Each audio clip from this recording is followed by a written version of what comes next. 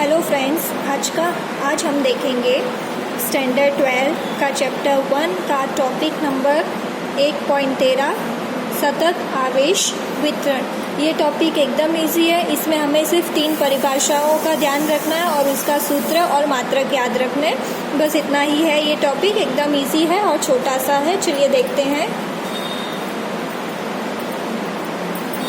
सतत आवेश वितरण को बोलते हैं कंटिन्यूअस चार्ज डिस्ट्रीब्यूशन। यह 3 प्रकार के होते हैं। रेखिक आवेश वितरण जिसको बोलते हैं लैम्बडा, पुष्टीय आवेश वितरण जिसको बोलते हैं सिग्मा, आयतनीय आवेश वितरण जिसको बोलते हैं रो। हमें पता है कि रो को हम 2 तरह से लिखते हैं, एक तो ये सिंबल होता है और दूसरा ये वाला, ये पी नहीं है, ये रो है। ठीक है, तो हमारे पास वितरण कितने प्रकार के होते हैं? 3 प्रकार के। अब तीनों की परिभाषाएं, सूत्र और मात्रक देख लेते हैं। सबसे पहला है रेखिक आवेश घनत्व, लीनियर चार्ज डेंसिटी। यहाँ पे साथ साथ में मैंने इंग्लिश में भी लिखा है ताकि आपको इजी रहे।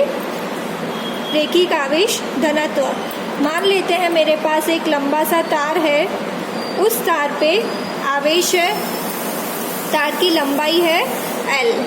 ठीक है, अब इसी तार का हम एक छोटा सा भाग लेते हैं जिसको नाम दिया है डेल्टा L। तो उस छोटे से भाग में कुछ आवेश होगा जिसको हम बोल देते हैं डेल्टा Q। ठीक है, इसी भाग का छोटा सा आवेश है डेल्टा Q। तो हमारे पास अब इसकी परिभाषा क्या आएगी? रेखिक आवेश घनत्व को लिखते हैं हम लैम्बडा।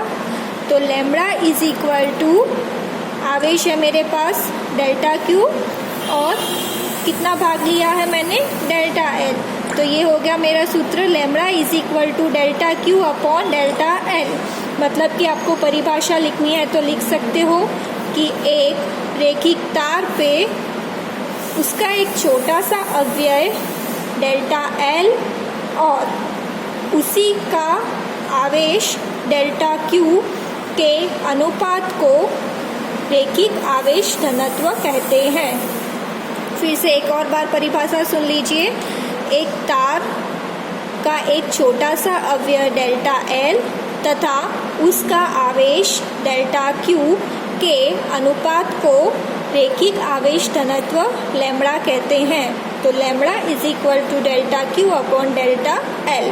मात्रक क्या होगा? आवेश का होता है कूलम, डेल्टा L लंबाई का होगा मीटर। तो मात्रक हुआ मेरे पास कूलम अपॉन मीटर। अब दूसरे पे जाते हैं हम। दूसरा है पुष्टीय आवेश घनत्व, सरफेस चार्ज डेंसिटी। अब मेरे पास एक पुष्ट है, ये पुष्ट, पूरे पुष्ट को नाम दिया है मैंने S। ठीक है, पूरे पुष्ट को होगा S। अब इस पुष्ट का एक छोटा सा भाग लेंगे तो उसको बोलेंगे डेल्टा S और इसमें ये छोटे से भाग में जो आवेश होगा वो होगा डेल्टा Q। तो इसकी परिभाषा क्या होगी? इसको लिखते हैं हम सिग्मा से। तो sigma is equal to delta Q upon delta S। जैसे यहाँ पे छोटा सा भाग लिया था उसको डेल्टा L नाम दिया है, यहाँ पे पुष्ट है तो छोटे से भाग को डेल्टा S नाम दिया है, तो यहाँ पे आ जाएगा delta Q upon delta S। अब इसकी परिभाषा क्या होगी?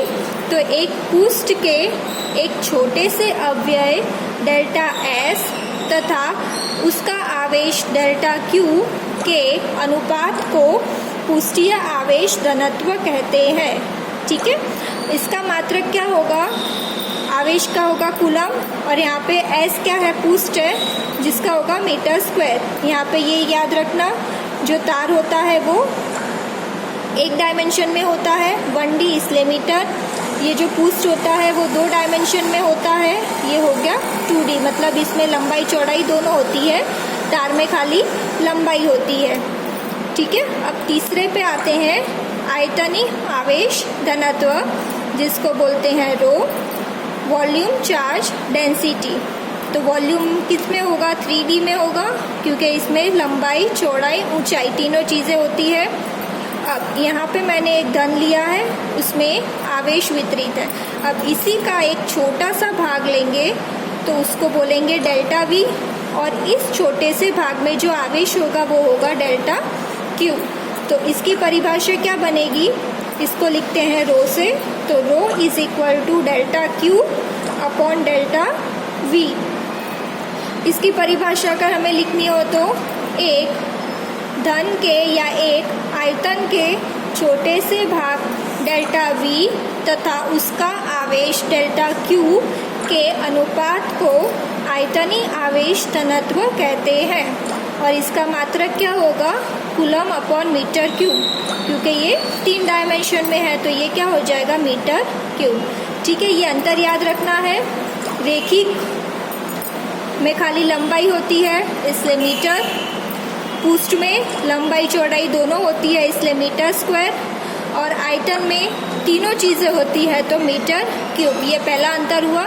दूसरा अंतर क्या होगा? यहाँ पे मैंने तार के एक छोटे से भाग को डेल्टा एल नाम दिया है तो delta Q upon delta L, पृष्ठ को नाम दिया है डेल्टा एस तो delta Q upon delta S, और ये आयतन को नाम दिया है डेल्टा वी तो delta Q upon delta we. इसमें सिर्फ इतना ही याद रखना है, ज़्यादा कंफ्यूज नहीं होना है, सिर्फ ये 3 चीज़ें याद रखनी है, बाकी कुछ नहीं देखना है।